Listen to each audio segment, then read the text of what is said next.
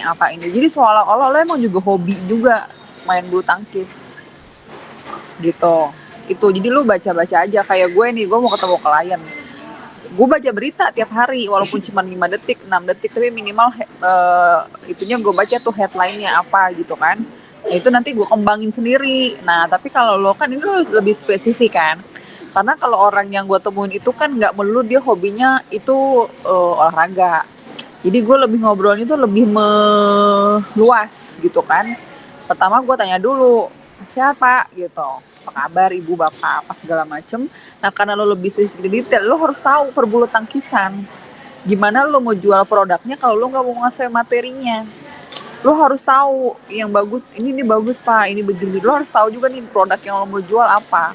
Lo googling aja di ini, misalnya dari oh kok ini pak kebetulan pak kelebihannya begini begini begini begini, ya kan. Terus minimal lo harus tahu sedikit berita atlet bulu tangkis siapa sih baik di luar apa di dalam. Lo lebih memasarkannya kan si koknya tersebut. Nah lo baca nih si apa yang lo jual ini produknya isinya kelebihannya apa aja gitu. Minimal lo menguasai materi itulah gitu. Nggak bisa ngapain kalau di WA. Gue aja jarang baca WA, dit. Orang butuh sama gue misalnya. Ada orang pengen ketemu apa segala macem. Kalau gue lagi sibuk, gue nggak bisa jawab. Dan kadang-kadang itu kurang menarik. Beda kalau dia datang. Kalau kita datang, artinya apa? Lu niat jualannya. Makanya gue selalu mendatangi nasabah gue walaupun di seluruh Indonesia. Karena gue beneran niat memasarkan produk gue. Jadi ya gue jalan. Karena ketemu dengan WA tuh beda. Lo nggak tahu suasananya dia lagi enak apa enggak. Ini orang lagi mau, nih orang yakin apa enggak sama gue gitu kan. Kalau misalkan via WA kan susah.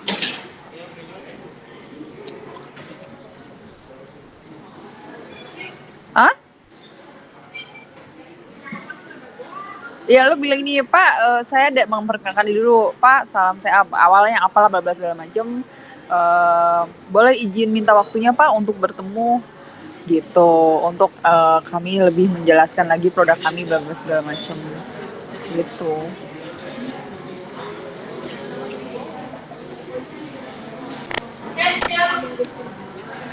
Ah,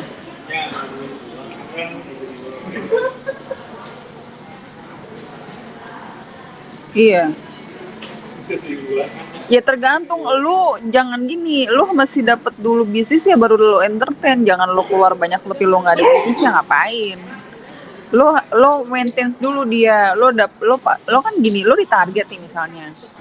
Lo target misalkan penjualan sekian sekian sekian, customer lo mana yang lagi bang paling bagus. Kalau gue kan udah lebih luas ya gitu kan.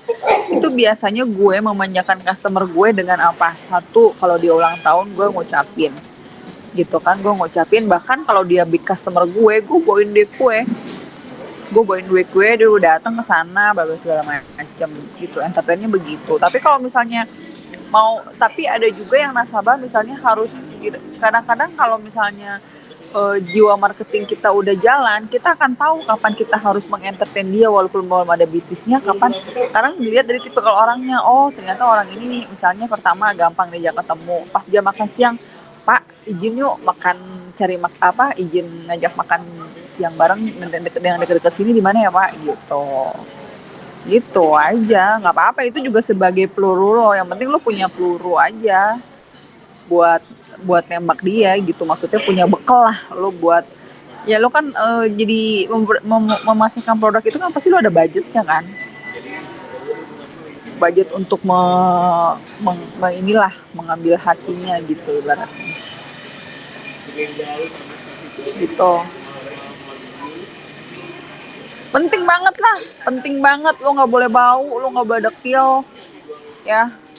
Lo dari penampilan ya, maksudnya gini, lo punya style sendiri, tapi gimana sekarang banyak loh orang yang pemuda-pemuda hijrah tapi dia masih tetap ngehits tuh ada gitu kan.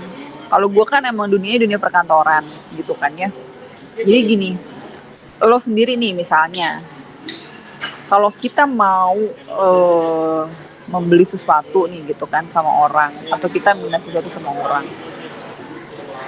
Tapi beda sih ya persepsinya. Lo akan lebih eh, milih yang lingkungannya bersih, rapi, wangi, atau ke tempat yang berantakan, nggak jelas, orangnya juga niat nggak niat gitu. Karena gini, dari penampilan kita orang akan melihat bahwa ini niat banget nih jualan, niat banget nih kerja gitu. Kalau gue penampilan itu harus, karena kita ketemu orang gitu. Bahkan hal sepele kecil pun tuh gue memperhatikan gitu kan. Misalnya kita jangan jorok lah, kayak misalkan eh ya pokoknya kayak sampai masalah kuku aja gue sekarang suka merhatiin gitu, karena orang tuh detail gitu. Karena orang yang gue temuin itu kan udah yang big big boss gitu kan, mereka pasti punya standar hygiene lah, apalah segala macem lah, kayak gitu-gitu kan. Ya itu gue harus perhatiin itu gitu. Kalau gue, penampilan penting banget.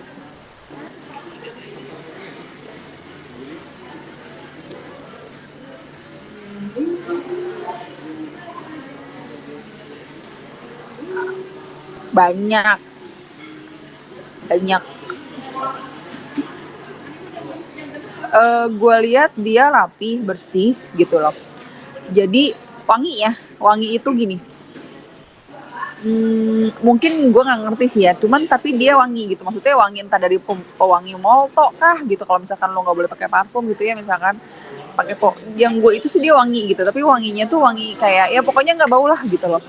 Terus dia masih mengikuti role model gitu. Misalkan yang sekarang dia tetap dia pemuda hijrah nih, tapi dia masih masih pakai, dan dia masih muda gitu loh. Karena eh apa ya, dia hanya apa namanya, menurunkan usaha bapaknya. Itu yang pertama. Yang kedua, relasi sama-sama di teman-teman. Kalau di asuransi pemuda hijrah nggak ada dia, karena buat mereka kan kita riba ya, kayak bank apalah segala macam. Mungkin kan mereka enggak, tapi kebanyakan klien-klien gue kayak pengusaha apa segala macam itu biasanya karena syarat wajibnya di bank itu harus ada asuransi, ya dia mau nggak mau gitu kan. Namanya dia ini itu banyak, baik yang perempuan ataupun yang laki-laki. Yang perempuan dia itu dari penampilannya hijrah banget, tapi modis loh gitu loh. Tapi dia modis loh, terus dia gitu dia rapi gitu kan. Terus dia apa namanya, cara bicaranya juga nggak terlalu kaku ya. Jadi gini, kalau lo jadi marketing jangan merasa diri lo paling benar. Jangan merasa lo kalau perlu gini, gue karena gini, nasabah gue nomor satu. Walaupun nasabah gue salah, gue akan membenarkan dia karena dia ibaratnya nasabah gue, tapi dalam hal yang positif ya gitu kan. Jadi iya, iya, jangan jangan membanggakan diri lo di depan nasabah lo. Jangan membanggakan diri lo di depan nasabah lo. Terus jangan lebih baik menjadi pendengar yang baik gitu kan ya. Terus apa ya, ya berusaha mengikuti hobi. Contoh, hobi gue sukanya jogging.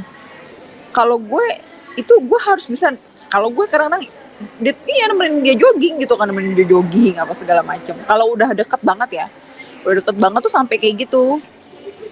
Iya, enggak, gue nggak suka olahraga, berusaha menyukai itu gitu. Jadi gue lihat hobinya apa. Iya, karena gue cuma, karena gini, kalau kita ketemu di kantor dia tuh nggak bisa ngobrol bebas gitu loh. Tapi kalau kita ketemu di luar, apalagi mengenai hobinya, lu baca sedikit tentang jogging itu kan sebenarnya olahraga yang nggak pakai biaya. Dengan jogging, gue kan nanya dulu, Pak, saya sebenarnya nggak biasa jogging Pak, jadi paling saya jalan cepet. It's okay Rin, tapi disitu kita ngobrol. Ngobrolnya nggak ngomongin bisnis, ngobrolnya ngomongin apa? Ngomongin keluarga, ngomongin anak, ngomongin ini kalau udah deket ya, ngomongin anak, ngomong ini. Dari situ bisnis ngalir sendiri, gitu. Dari situ bisnis ngalir sendiri, gitu. Otomatis karena dia ngerasa udah nyaman, udah wah asik nih ngobrolnya gitu kan, gitu. Kalau mama gitu, kagak lah. Orang itu kan takut kalau ketularan gimana?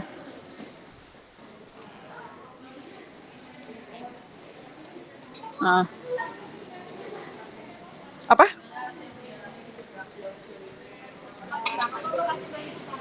Untuk di marketing. No hard feeling ya. No hard feeling nih ya. Iya. Pertama penampilan, kedua lo masih kaku orangnya. Masih kaku, maksudnya eh kurang luwes lah. Karena mungkin ini kali ya. Lo belum pernah ada pengalaman jadi marketing gitu kan. Jadi kurang luwes lo untuk bicara sama orang gitu. Kadang-kadang lo lebih lebih kayak apa ya? Masih